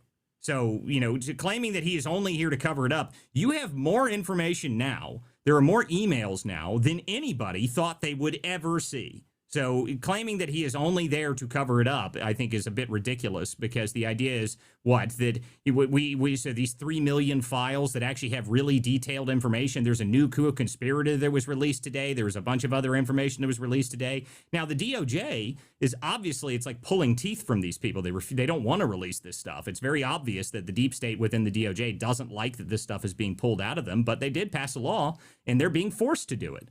I mean, it looks to me like members of Congress are going forward and going through these things with the unredacted versions and telling them, hey, this needs to be unredacted right away. That says co-conspirator. Co-conspirators need to be unredacted. So you are getting new names and there's new things happening. Again, you have to remember, in terms of arresting people, you have to have something to arrest them for. Okay, just sending an email, unfortunately, you can't just arrest people for sending an email, no matter how horrible it is. Now, that person should be subpoenaed and asked serious questions. What the hell does this mean? That's probably something worth doing. But in terms of actually getting to arrest people, you have to go through the process and indict people. And so far, as I've said before, it doesn't appear that the DOJ has the ability to really do that. So, being able to get the DOJ to investigate itself is, it seems, what we've been seeing here. I've actually said for a while that I think the only way that you'll be able to do some of this stuff is you would have to set up an additional judicial group that is designed specifically so that it can go after people within the deep state. So you'd have to set up almost a secondary Department of Justice, give it power of attorney, give it an ability to actually prosecute and do things. And I think that's the only way you'd be able to do some of this stuff. I mean, you've got people from the Crossfire Hurricane stuff that we know what they did. We know exactly how it all operated, and nothing happened to them at all. Nothing. I mean, they got $1 million settlements from Biden's DOJ, and they're still practicing law and living their lives. So, I agree that there needs to be something done and people need to be arrested, but how exactly does the president himself have anything to do with that? How can he manage to do it if the DOJ isn't cooperating? I think that's the really only way you can look at it, because the DOJ, no matter how you look at it, Trump only has something like 30 of his attorneys. 62 of them aren't even through the appointment process. They won't even confirm half of his people. So you've got a huge problem within the DOJ, and that doesn't even include the AUSAs that are underneath those people that probably should have all been replaced. But how do you get rid of the entire AUSA, Department of Justice? I think that is a huge problem. Being able to really scale down the Department of Justice is a monumental task, apparently, and it is something that has taken forever. But just the fact that we have these files in the first place, I think the only reason that we even have them is because that law passed. So, that's the only update you can really give for that. And Trump signed the lawsuit, trying to just sign the law, and it's actually starting to move forward. And we've got way more information now than we ever did before. So I don't know how else to answer that question other than that. Yeah, no, I mean, you bring up some fair points. I guess I agree with you that there should be a committee established to go after people, like a special counsel or something like that. Like, I agree with you, but Trump should have done that on day one. And the fact that Ed Martin is essentially being asked to step aside, and he himself was investigated for going after Eric Swalwell, it just tells me that, like, they're not serious about arresting people at all. And I know that the DOJ isn't technically, like, they're their own separate entity in a way, but Trump could have fired Pam Bondi after Epstein Bindergate, after that humiliating incident. Listen, you will never get me to you'll never get me to say that I think Pam Bondi shouldn't be fired, because I think Pam Bondi has done a terrible job. The reality is that so many of these cases that continue to go through here, Pam Bondi is not up to the task. I've said this for a while. I've said that Pam Bondi is way more interested in her spot on Fox News than she is in actually getting things done. And you needed a pit bull in the role as the Attorney General. Now, the problem is that the Senate doesn't want to confirm anybody. And I think Andrew Bailey would have made a great attorney general. I think there's a number of other people who would have made a great attorney generals. But getting these people through the Senate is not simple. And that's just the reality of it. I mean, again, you've got 62 people that still haven't been confirmed to even get into the DOJ. I think the only way that this would work would be establish an entirely separate group. I mean, a special prosecutor is one thing, but again, the special prosecutor at the end of that, they still have to, they still got to essentially work with the DOJ. I think you need something completely separate to be able to get some of this stuff done. I will say, though, that with the new files that have come out, the new stuff that has come out, these files, everybody's always said, oh my God, I refer to it as Groundhog Day. It's like, oh, it's the next big thing. Oh my God, we've got him. Like, listen, this time, the files that we see, some of the things that are within these things are so atrocious and so horrible that there is going to be very difficult for them to say, well, we don't need to release this name. Okay, like we don't, like the torture video. I mean, it's like, oh, I really liked the torture video, or these when your littlest girl was a little naughty. Okay, you got something there. You need to tell the people who that is, and those people, even if you don't have the ability to prosecute them, they need to be answering some questions. Okay, you need to get them on the stand, get them up there, and figure out who the hell those people are, and have them answer questions, because it appears that there is more than one co-conspirator that's not even in prison. So, I mean, if there's co-conspirators for the Epstein saga that are not in prison and not even being arrested and nothing has happened to them, then we've got problems and things need to change. But at least we know those names now. We didn't know those names up until freaking 2 weeks ago. So the amount of files that have come out now, I think things are starting to change, and there's nothing they can do to put the cat back in the bag. Now people have seen it. Hey, Walter, I think what you're saying. Whoa, guys, one at a time here. Okay, let's go ahead, Walter. Hey, Walter, I think what you're saying and what Guthrie is saying is actually two separate things. Walter, I think you have a total misunderstanding of what Guthrie means by let's get justice. Okay, Guthrie, can you remind us, like, go back to Todd Blanche, his comments about Epstein. It's not even just about prosecuting, because I think no, I can like, simplify. do you get what I'm it, saying? right? It's because no, I can make it really simple. It's not about prosecuting. It's about the people. It's about the priority to actually protect the victims. And we've seen this administration, they are trying to primary Thomas Massey. It seems like they're going, if you could just remind us all, because I think we're losing track into that. So just really quickly, I mean, Walter, I respectfully disagree with you. I'm not trying to cause trouble on your space or anything, but the fact of the matter is, Todd Blanche has told us that there's no investigation into sex trafficking, into the Epstein ring. Like, if there's one message I'm sending right now, is that there's no current ongoing case against the Epstein ring, and that is the most disheartening thing. They're merely doing a document dump on us to placate the public. To give MAGA some red meat, to give the conservative base some red meat, to give you the impression that they're going to arrest anybody. But Pam Bondi covered up Epstein on July 7th. You have the just embarrassing Epstein Bindergate incident. And, and I'm not trying to cause a lot of trouble on your space, but the question I'm starting to ask is, you have people like Howard Lutnick in Trump's administration. You have Bill Barr, whose father got Jeffrey Epstein the job at the Dalton Prep School. You had Alexander Acosta, who he tried to get in, who helped, cover up the Epstein trial with the CIA in Florida. So it's like these people keep matriculating into the Trump administration who are part of Epstein's milieu. And it's like, at what point, like I'm just going to be as blatant as I can about it. Like, I think Trump is fully in on it, and that's why there's no open investigation. So hold on, guys. We're not going to all argue and scream over top of each other as soon as someone says something that we disagree with. So that's not going to happen in here. But I will say this: like, so you're trying to argue that Trump is specifically involved in this, and even though the files showed pretty much the opposite, that he even called the police on Epstein in the early 2000s. So it doesn't, to me, that doesn't line up either. But the bigger problem is you, again, are conflating the idea that Trump has the ability to personally do something about this. His Deputy Attorney General, Todd Blanche, I don't like Todd Blanche. I don't like the DOJ, okay? I don't like Pam Bondi. I don't like Todd Blanche. But what exactly do you want to do about this? Who is he going to put into Attorney General right now? Who? You got somebody? Because nobody's going to get confirmed by the Senate. So he's in a tough scenario here. Hold on just a moment here, guys. Hold on. Don't cut me off. You've got a problem here, okay? You've got a problem where you have to have an attorney general to be able to do anything. Pam Bondi, as much as I dislike her, she managed to get through the Senate, and she's doing other things for the administration where she has to go up to the Supreme Court and argue a bunch of these nonsense cases that are actually useful, that we actually need to get done. But I still think that they're doing all that wrong in the first place. Should Pam Bondi be fired? Todd Blanche be fired? I don't know. I think that Pam Bondi, above all, should probably be removed a long time ago. I think she's a disaster. But again, you have to be able to replace that person. And who are you going to put in there? Who are you going to get in there? That's the problem. You've got a scenario where we're in a scenario right now where we're heading into the midterms. Trump's administration still can't get people through the Senate. They can't even manage to confirm most of their AUSAs or any of their U.S. attorneys across the country. They can't even get these people. Okay, so you've got the Senate blocking those people. You've got the DOJ that is staffed with thousands of people that don't like Trump and don't like being part of anything to do with this.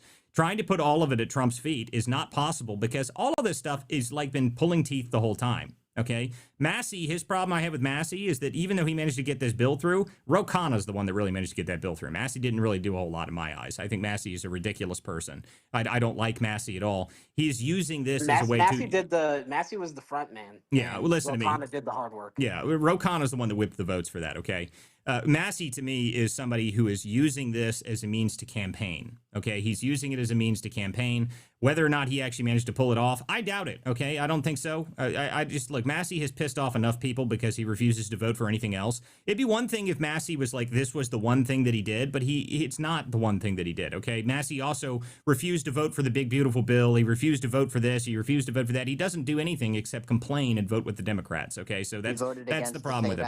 Yeah, listen, I don't have time for Massey. Okay, Massey is a waste of time. Ro Khanna is the one that managed to get that bill out of there and actually managed to get it forward and got the Democrats behind it and managed to push it forward. So in terms of what happens next and how this continues, again, we can scream from the hilltops that we want these people to be prosecuted and we want these things to happen, but you have to have something other than just the random emails, okay? You can't prosecute somebody on an email. What you should do, what should happen, is now that you have these emails, those names need to be released, and then the House and whoever else can drag those people in front of committee and demand that they answer questions. That would be very useful. That would be much more useful. At least now we are actually getting somewhere is what my point is here. Okay, Key, you were trying to get in here. Go ahead. Yeah, I just wanted to say, I agree with the sentiment from Godfrey. I disagree with a lot of what he says, but I understand the sentiment. And I think that people have to understand the separation of powers. Once you understand the separation of powers, how authorizations go, and how you can actually arrest somebody and how you can throw them in prison and take their rights away, you have to understand that there's the judicial branch, and Trump has very little sway in that judicial area. And then you have the legislative branch, which obviously, I mean, Massey's just one name, but there's many in that legislative area that's not helping him as well. And then he only has executive power. So unless you're telling me that these people are overseas, riding around on a boat filled with cocaine, there's not much he can do about that, right? Like there's very little power that the president can do directly against a U.S. citizen through these processes. Pam Bondi, I got arguments about Pam Bondi too, but hold on real quick. I got some arguments against Pam Bondi too, but Walter pointed out something very important. These people are not playing ball with her. People that work under the DOJ right now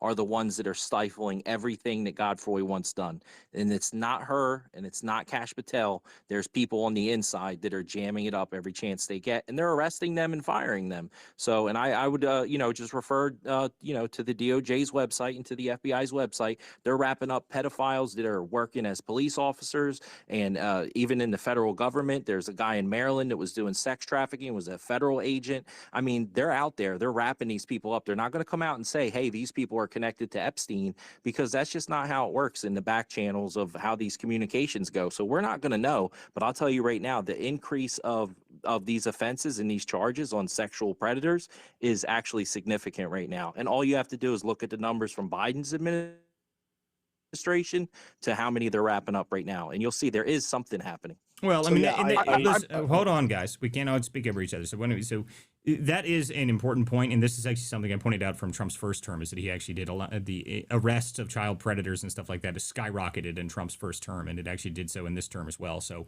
my point is to the DOJ problem and being able to arrest people is you still have to indict them. Okay, you have to indict them to be able to get them on crimes. Can you indict somebody on an email?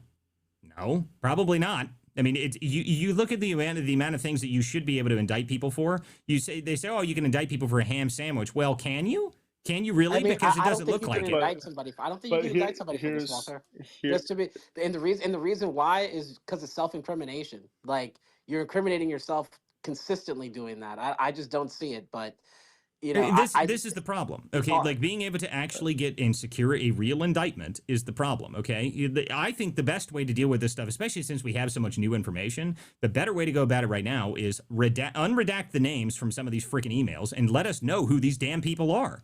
I mean, that's the answer right now. Right now, we have more information than we've ever had before. Force that into the open and then force something to happen as a result of that is the next step. I mean, that's we're slowly moving along the road here, but that's the best you've got as of right now. So if I can just say one thing real quick, I understand you made valid points about the emails and if it's just emails, but the SDNY seized over, according to journalist Nick Bryant, over 4,000 pieces of data that included CSAM material from Jeffrey Epstein's house. So it's not just emails, it's videotapes. They have all of his camera feeds. They have everything from Epstein Island. They have everything from Zorro Ranch. So the documents that we are seeing are only a part of it. And I understand they're required by law to deliver the emails. They're not required to deliver to us, the public, the videos and stuff like that. And Pam Bondi's even on tape saying there was, quote, child porn. That's her words, not mine. So Right. it's like, And I know that. at what point are these people going to do their jobs? And that's fine if you want to blame it on Pam Bondi, but it's like, so listen, if Trump was so besieged, why didn't he talk to us and tell us that? Listen to me. So there's still a problem with even this idea, okay? And I brought this up before, is that just because you have videos and stuff like that, you guys, having a video of a guy going into a room is still not prosecutable. Okay, it's just not. I mean, unless you have, guys, stop interrupting, for the love of God, people. If you're on this show, you have to put your hand up and I'll call on you eventually here, unless I'm directly talking back and forth with you. So listen to me. Even if you have a video of a guy and he walks into a room with another person and you can think that the person is underage, okay? Listen to me. That's still not prosecutable. Unfortunately, it's just not. Now, you've got some really good reasons to go ask that person questions. You definitely have reason to go ask that person questions. And the other part of it is, are they identifiable? Can you see anything in the videos and images? By the way, the people that have talked about, there's one point I do want to bring up here that's reasonably important here. The videos, and there's a story that went around for many years from someone claiming that there was a bazillion cameras on Epstein Island or something like that, and they have all these footage and all this stuff like that. Do you realize that only comes from one single source in a single document that came out of the Florida case many, many years ago, and it was just one source, and she said she saw a room full of cameras. That's it. That's the only reference to all of the video footage. Everyone claims that there's a bazillion things of it. Now, if there's CSAM and all that stuff that exists, sure, you may have it and you would better hope that they're prosecuting those people, but you're not going to get that footage released, obviously. So the question would be, what is that footage? Is that footage usable in prosecuting terms? That's the only answer you have there. Now, that's the only way you're going to be able to get some of these people and prosecuting evidence on them. If there's actual footage of you being able to identify the people within the footage and being able to use it. Okay, I need to go to some other hands here. Ian, you've had your hand up for a minute. Go ahead. I know you just joined the show. How are you? Yeah, no, doing fine. And look, I think there's probably going to be a bias that I'm going to have that's going to align likely very much with Godfrey and some of his takes. And look, I can appreciate that. A lack of solid evidence, right, can justify perhaps, let's say, discrepancy around what was and when wasn't taking place. However, when you have something where there is as much overt evil as we've seen out of Epstein, and it's not just the images, it's not just the messages to and from about some of the pedophilic things that were likely taking place on the island, but also the clear disdain that was held for not only the average American in many cases, but just for, let's say, normal people at large. And I say this because the messages of the idea of the goy, right? The average non-Jewish person. And I do note the commonality between Epstein and Ghislaine Maxwell and Maxwell's father being a Israeli super spy and billionaire, the connections to Ehud Barak, the former prime minister of Israel. There's an overwhelming triangulation of Jewish and Israeli connections behind this island. I see somebody that's throwing up a laughing emoji. I don't know why they would find this contentious. Because you're wrong. Maxwell was for the French. It was intel for the French. No, it was wait, hang on. You're gonna say Robert Maxwell, who was given essentially what is the equivalent of a presidential funeral in Israel? that he wasn't an Israeli Guys, super spy. look There's at, literally a book entitled guys, all Robert right. Maxwell, My Life as an Israeli Super Listen Spy to that me. you can Listen to buy me. on No, there's Amazon. not. All right, hold on here. So just, I don't need to mute people, but I just want to point this out here that, guys, it is very obvious if you actually look into the history of how Epstein operated with Bear Stearns, going all the way through the history of who he is and all this person, the entire history is, it's not just going to be one intelligence agency, okay? This is a full intel operation that existed across every single version of intel across the world, okay? That is why this is so interesting in the first place, because all of this information is not just like one group or something that's involved in this. It is all of them, okay? It's all of them. They're all involved in this giant ring of randoms. It's not just the Epstein specific case either. It is tons of other stuff that goes through years and years and years. This has been developed by our original CIA, is really where this all originally came from in the first place. But this is all just a constant, it's the opening up of us being able to see what the intel world does to create black money and to create compromat. That's what all this stuff is. So it's not just going to be one group involved in this. It is going to be multiple groups that are involved in this. And the fact that is probably most of it originated from our CIA. I would like to remind people, and I bring this up to people because people forget about it. The Finders Files is a file that I always bring up because in the Finders Files, and those don't know what that is, this is a case that broke open in the 90s and they released the documents in Trump's first term, in the 2018 term. In the Finders Files, one of the most interesting pages of that says, did the CIA and the FBI accidentally create a satanic child trafficking ring? That is the first question that it asks. Now, I would also point out that that case was shut down by none other than Eric Holder. So if you guys think this is just related to one group or something like that, it is other strange things that our government does and we don't know about, and they've done for many years. And this is what happens when the intel services essentially have no oversight, essentially zero.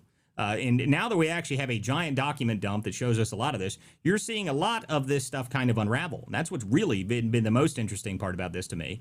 And again, from what's happening currently with all the new stuff that's come out, at least now we have new names and people that should be questioned. I mean, for God's sakes, there's guys in this that have not been arrested. Les Wexner, everybody knows who Les Wexner is. Okay, we've known who this guy is for years, and nothing has ever happened to him. There are a number of people that need to be looked at and need to ask some serious questions of them, okay? What percent of them are Jewish, Walter? What percentage of the people in the files are Jewish? I don't know that, dude. Yeah, I mean, of the major names and major political Is players. Steve Bannon Jewish? Yeah, see, we're back to the Jews. Guys, Well, no, guys, hang on. Walter, if I can, just really quickly, I would just throw out, I think it's worth noting, Robert Maxwell irrefutably was an Israeli asset. He was working for Mossad. We can talk about how the CIA is likely in bed with, if not completely compromised by Israel. I would agree that's a reasonable listen. suggestion. So that's you're wrong in your judgment of that, because I would No, argue. I don't. No, I'm let's pretty sure, stop. Walter, I'm not wrong, but what I would, Ian, Walter, Ian, what I would Ian, I'm not, say is Ian, if buddy, I you're look- not going to come into my space and cut me off. All right. So that's the only rule here. Okay. If I'm talking, shut the fuck up. That's easy. Okay. So listen to me. The problem that you have here is that you again assume that one group, that the Israelis, for whatever reason, you want to focus on the Israelis, even though the French were involved, the Germans were involved, we're involved. And the more important part about this is that essentially everything that comes back to the CIA itself created all of these groups. Okay, the CIA was with essentially zero oversight, ran all of these operations. They created the Five Eyes. They created all of the intelligence services. Okay, Mossad is just another wing of the CIA, buddy. That's just how it is. And this is what you can go all the way back to the history and see how this stuff developed. That's how this works. And this is the interesting thing about this. And now we have a lot more new documentation that has come out that shows how they have built money. Let's not forget about the amount of money that they created from the cocaine trafficking that they forced onto the entire world, that they forced into our own country and wrecked the inner cities of our country. That was directly because of our CIA. Directly because of our CIA. And then everyone always just, oh, no, they're all, it's all some other foreign group. It's not all some foreign other group. It is a large percentage of this stuff is us. Okay, it is our own intelligence services that have created these systems, and it came from us originally. It's not some other group that started it. It's not some other group that came up with it, and most of it is from us. Bear Stearns and all the stuff that Epstein did with Bear Stearns, that's the most interesting money connection. If you want to go dig into that, I recommend going and listening to Mike Benz has a lot about that. Go ahead. Well, I would just say it was Jeffrey Epstein who emailed Peter Thiel saying on behalf of the $160 billion that he managed as part of the trust for the Rothschilds. That's not their total fund. That's just the one that he was managing, that they were interested in getting invested into tech. That was to Peter Thiel. Epstein also, of course, having lunch with Thiel, Zuckerberg, Reid Hoffman from LinkedIn, and Elon Musk in another email was revealed. And I would just say for the audience, for what it's worth, since the middle of November, Walter has made 4 posts on X mentioning the word Israel, which is strange given how tied they are to the United States, including one Oh email my that says, God. Ian, I buddy, don't care. listen, me. No, Ian, listen, man. I don't care if you want to come in here and talk about Israel stuff. I don't. I'm really not going to sit here and argue with Do you you about it. care But about Israel? oh my God, dude, no, I don't at all. That's the amazing. This is why it's obnoxious when you come in here and do this stuff, dude. You can do this in other places, but I don't play the game here, buddy. I'm not in any way connected to anything to do with Israel. So you can say whatever the fuck you want. But I don't have time for people who come in here and do this and come in here and constantly bring up the same topic constantly because there is other things happening. Okay, there's other instances where there's nothing to do with it. Not everything is Israel. Okay, my God, it's not all Israel. Not the entire world isn't run by Israel. The New Jersey of the Middle East means less to me than you do. Okay, that's the amazing thing about this to me. I don't like arguing with people who only want to bring up one point and you want to act as if it has anything to do with me or has anything to do with anything else. It's not all just one thing. Our own government is corrupt. Okay, and a lot of people don't like hearing that the real problems in our country don't come from other places. It actually comes from us. It is our country. We are the ones that are supposed to manage it and supposed to maintain it. And if we allowed another country to manage to take over a large percentage of our country and have some sort of significant sway, that is still our fault. It's still our fault. At the end of it, it is all the American people, and it is our own responsibility to maintain this country. It is not someone else's responsibility to maintain this country. It is not some other country's responsibility to maintain our powers over top of other people. It is our responsibility. So I don't like when people come in and specifically want to throw one specific group. No one ever mentions China, by the way. China is one of the most significant players in the entire world. For some reason, no one ever talks about China, even though they're worth, trillions of dollars and they've infiltrated half of our government. But no one wants to talk about that. Everyone always wants to talk about one group as if they're the only people that are trying to do this sort of stuff. It's not just one people. There is millions of other things that are happening across the country. And more important than any of that is the only way that we'll be able to fix it is through our own country being of doing it. It's our own people. It is our own responsibility. It's your responsibility. It's my responsibility to take care of our country. And if you think that there's somebody that has managed to maintain and overrule anything that happens in the United States, well, that's our own damn fault because we didn't pay enough attention. Okay, I need to move on to some other people here. Let's see here. Vince, you've had your hand up for a long time. Go ahead. I have an update for you, Walter. Oh, yeah. About Actually, yeah, let's hear it. Go ahead, Jared. Yeah, so the person detained was detained in Rio Rico, Arizona, a small town near the U.S. border with Mexico. That's just where he was detained. There's no press conferences scheduled for tonight. So that's that's the latest. Okay, so it looks like there's not really a huge update Okay, so let's go over to Vince real quick. Go ahead, Vince. Well, Walter, I'm just going to head out. I just wanted to thank you for the opportunity and just to remind everybody that it's Netanyahu who just landed in the United States to speak again with Donald Trump. But, yeah, I saw that earlier. Anyway, all right, go ahead, Vince. All right. Oh my God, this is a lot to process. Nancy Guthrie, I'm hoping for the best, but I think we need to be realistic that she ain't gonna be found alive. All right, that's first. Secondly, whoever that was it's Hello? the Jews, it's the Jews, it's the Jews. You know what? It's not. It's us. It's the Americans. Do you know why we ended up fighting the Vietnam War? Because during World War II, we went to Ho Chi Minh and said, "Hey, you help us fight the Japanese, and we'll give you freedom. We'll get the French out of Vietnam." And Ho Chi Minh went, "Yeah."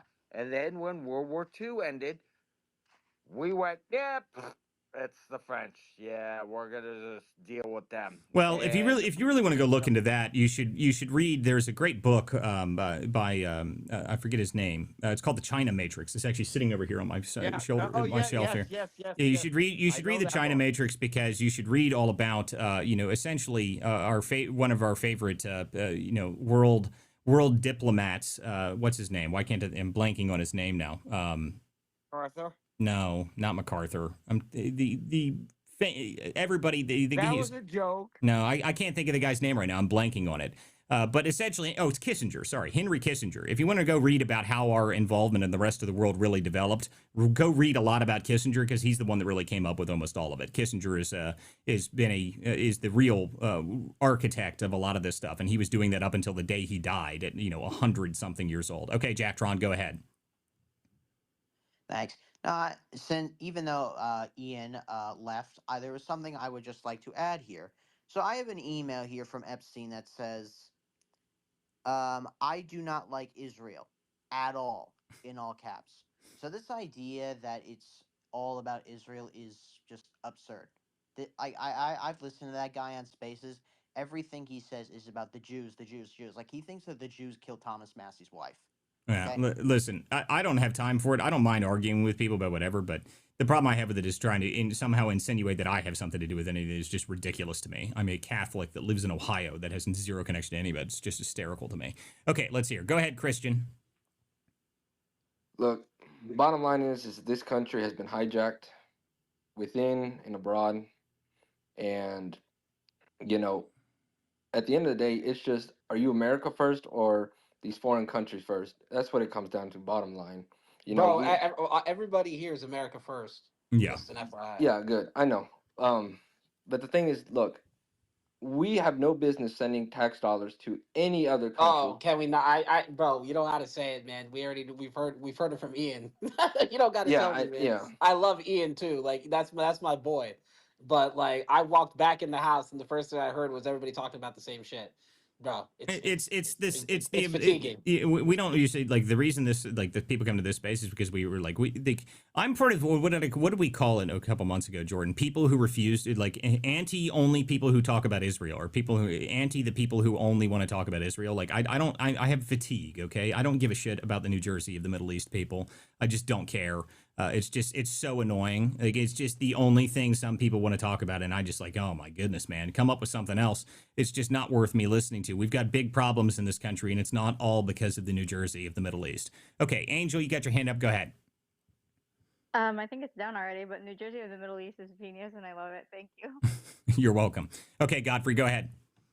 Yeah, thank you. I just want to make a kind of a philosophical statement. You brought up the Finders cult.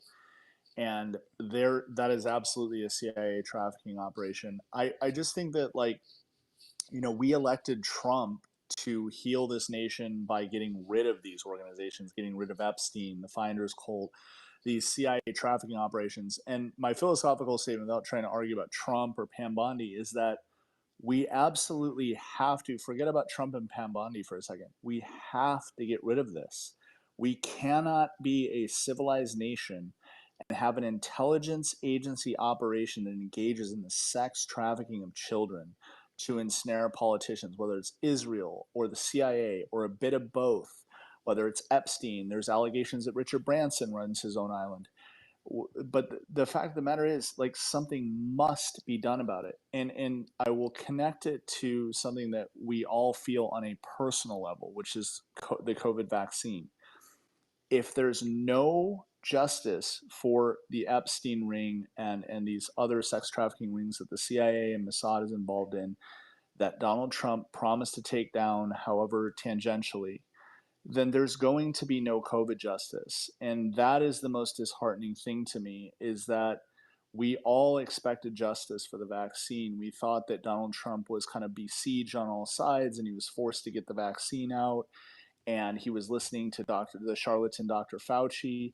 But in this administration, we're seeing Donald Trump having dinner with Bill Gates and making a literal drug deal with Albert Bourla, branding his own name to Trump RX. It's at what point, let's forget about politics for a second. Can't we agree that these things must be addressed before we heal as a nation. Well, here's Like the one. we cannot have these outliers here. That's my point. Well, I mean, to me, listen to me. I agree with you entirely that if there is these rings still operating, if we have intelligence services that are still doing this, I don't care what the reward, whatever their risk to reward ratio is, they need to be shut down entirely. I mean, anybody that's involved in it should be immediately thrown in prison. If it, in my eyes, it's disgusting in the first place. But if you really want to talk about the biggest problem that I have, it's again the fact that our first term of Trump, the first term, Trump 1.0, okay, he gets into office and then immediately our own intelligence services tried to run a coup on the sitting president of the United States. Okay, I think that is something people seem to forget about. I think that's a bit more important, and I'll tell you why, okay? That needs to be addressed, and the people that are involved in it should be hanging from gibbets in the front of the White House lawn, okay? Why? Because if you don't deal with that problem, okay, no matter what you say, if you don't deal with that problem, if you don't deal with it and those people are not thrown in prison and something serious happens to them, they'll do it again. They'll do it again. And what's the purpose of us electing people if the intelligence services can then remove those people if they don't like them? That's the problem. That's the biggest thing that I think we need to solve. So if we want to go after the intelligence services and get after all of this stuff that they're doing with the child trafficking, whatever it is, what any of this horrible stuff, I agree with you. But what needs to happen first is all of the people who tried to overthrow the country and then were given $1 million settlements for it, let's put those people in prison. Okay, those people need to be in jail. Those people need to be in jail because if you don't, what is the purpose? What are we doing? If it doesn't matter what you do at the end of the day, because any of these people, if you can't manage to fix this problem, they're going to do it again. They will do it again, and they will absolutely activate the entire DOJ. They'll all line up right behind him, and they'll prosecute every single person who's even tangentially associated with the rest of these people. Anybody that's associated with Trump will go to prison. Anybody who speaks against the regime will go to prison. If you think that that's not the result of this, and that is the peak layer of the DOJ and the deep state that you're referring to, these intelligence services, they tried to overthrow a sitting president while he was the president. He was their president, and they still opened a counterintelligence operation against him. That needs to be addressed. Because if they are bold enough, Godfrey, and what your point is, you want to say justice for all of these other things that are happening. But if they are bold enough to remove a sitting, duly elected president, then they are bold enough that they will continue any of their operations. They don't care at all. Nothing happened to those people. Nothing happened to them at all. And if you don't deal with that, then all of these operations that you're so worried about will just continue right along because they assume that they are completely untouchable. And I think that is the peak layer of it that people seem to forget, especially when we start talking about the Epstein stuff. Yeah, I guess what I would say is that you bring up some fair points. Is that if Trump is unable to prosecute Epstein, he's not going to be able to prosecute the Russia collusion stuff and the attempts to overthrow him because those are the same people. It's the same. Well, that's what my tapestry. point. That's what my point is. He's that's not what my point going, is. Yeah. He has to, and that's what my point is, Godfrey. That needs to be addressed. And I keep saying this. I've said this 100 times on the show before that if you really want to address the biggest problems we have as a country, you got to deal with this stuff because those people, they feel as if they are completely and totally untouchable. And that is the problem. Okay, that's why you worry about why people aren't going, why nothing's happening. Well, if you can overthrow a president or nearly overthrow him, and you can run a coup in 2020, and you think you can do all those things, and then you get $1 million settlements, and you can still practice law, and you're still living a happy little go lucky lifestyle. Yeah, you better believe that they believe they can do whatever the fuck they want. So it is a huge problem. Am I hearing this right? Am I hearing this right? Let's put the sex crimes to a side for a second, and let's focus on the blue-red things, the two-party system. I mean, that's what you're really saying, Walter. Crazy. I'm glad that we all know what we mean. That's not crazy, actually, because here's the situation. The situation is that you guys forget the sex crimes. The situation is you had 4 years under Trump 1 to address this issue with members of Congress when you controlled Congress. You had 4 years under the Biden administration in a controlling DOJ to release all of these documents and to bring all these people to account and hold all of these people accountable. And that didn't happen. But what we do have here, Walter, and I completely agree with everything you just said, but we have also a bigger problem here where we have members of Congress who happen to also be the same members of Congress that were on the impeachment hearings that have a habit of going into SCIFs and classified briefings, getting to see these things, then go into social media and basically nudging very clearly what they got to see in order to put pressure on the DOJ to release other documents that they can then use. But before they do that, they also suggest it's because they're protecting the president of the United States, Donald J. Trump. That's a problem. We don't have mature adults in Congress right now. Certainly on the Democratic side of the aisle, and even some on the Republican side of the aisle. When you look at Thomas Massey, who's full of shit, who hadn't done anything, who could have done a bunch of stuff for 8 years, did nothing. Okay, all of these people, he why is he not calling for immunity for these victims who may have partaked in some of the crimes after they turned 18, because that's the way Epstein worked. You know what I mean? Like these are the kinds of things that aren't happening. They're giving lip service on X to drive content, to drive interviews, to make it like they're doing something. And the truth is, they're worthless. Well, I mean, again, my point is at the end of this is that Godfrey's point is the same as mine, really, is that all of these people are the same people.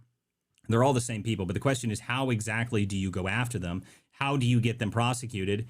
I don't know. I'll tell you right now that these new files that have come out give us a new window into the entire world of how the intelligence operation operates in this country. A brand new window that we did not have before, it's like pulling teeth getting them to release this stuff. It has been like this every single step of the way.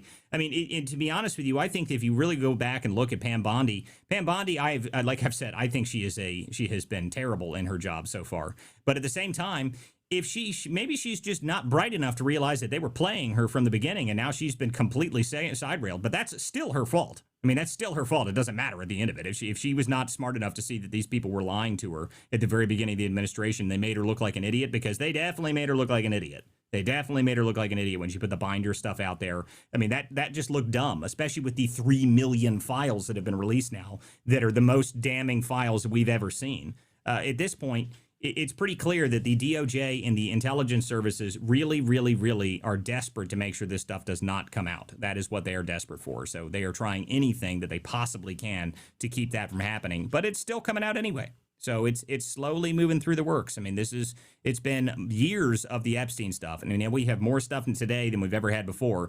Prosecutions, that's going to be a whole nother level to it if you manage to get through. My point is, and my point is what I was talking about before, Godfrey, is that if you can't prosecute the people that you know what they did, okay, the people that we know, there's not questions. We have their names. We have their emails. We know exactly what they did. Exactly what they did. The Crossfire Hurricane documents are very detailed. You opened a counterintelligence operation against a sitting president. Your sitting president. While Trump was still the president, they opened a counterintelligence operation. Bill Priestap, Jim Baker, Peter Strzok, all of those people. We know what they did. We know how they did it. We have every single piece of information behind how that happened, and they're still not arrested. That's the problem. If you can't do that, how are you ever going to get them to prosecute on things you may or may not be able to prove just based on emails? That's the problem. So you have to be able to get at least one layer of this to be able to wipe out some of these people at the very top. That's what my argument is the whole time. If you can't arrest the people that tried to overthrow the country, and very clearly tried to do so, then what else are you going to be able to do? Okay, Daniel, you've been trying to get in here for a minute. Go ahead. Yeah, so I had something else I was going to say, but actually I would like to mention, I think it was Godfrey brought up, you want to address the red-blue thing. Actually, we do have to address that first and foremost, because if we don't address the red-blue thing, which that's all the left does, that's all they do is seek power and address the red-blue thing. If we don't do that first, then we will never find justice for all the crimes. I mean, the problem is we have a lot of people in our own party, like Massey, and like a lot of the GOP, that are kind of obstructionists to what the Trump administration is trying to get done. And if we can't vote in the primaries, which we do very poorly, and if we don't vote in the midterms, which we have done very poorly, then nothing will ever get done. Well, I mean, this is the same thing that I tell everybody. The biggest problem we have is Congress. It's really Congress, Right, guys. It's right. it's really Congress is the biggest problem we have. And until we really address the people that we are in Congress, which is, again, it goes back to what I've said earlier, is that it's at the end of the day, it is all up to us for us to be able to fix our country. And it is not going to be one day where we get some magical thing that releases where we actually fix everything overnight and a bunch of people go to prison. That's never happening. Okay, that's not happening. The only way we're going to fix this country, the only way we'll ever be able to do it is going to be the long and hard way where we go through and we actually go through and prosecute people and we actually manage to go through and put new people into power so we can fix the country. That is the only way that anything will ever get done. Guys, I am completely out of time and I can't stay on later this evening.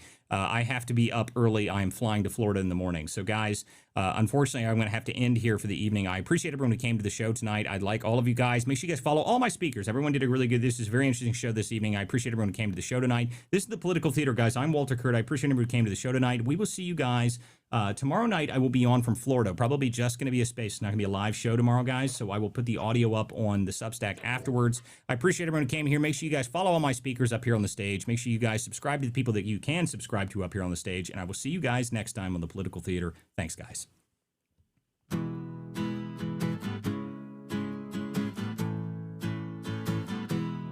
Some folks are born with a liberty spark. Their hearts beat red, white, and blue.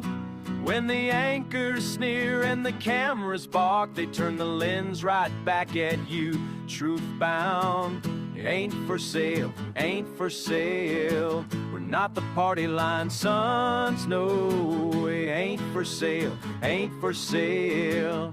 We're the vigilant ones, so.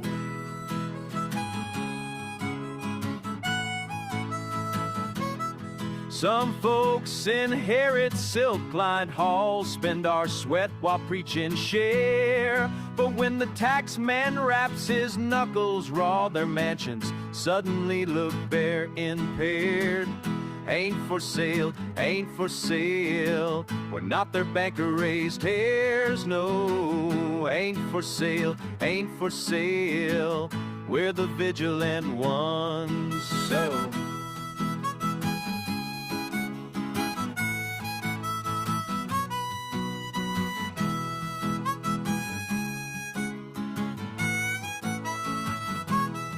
Yes, some paint stars on press room lies and send the common men to toil. Ask them, how much truth will you trade tonight? They mutter, more noise, more noise, more noise. Ain't for sale, ain't for sale. Not the theater's pawns, friend. It ain't for sale, ain't for sale. We're America's steadfast ones. No, we won't be spun.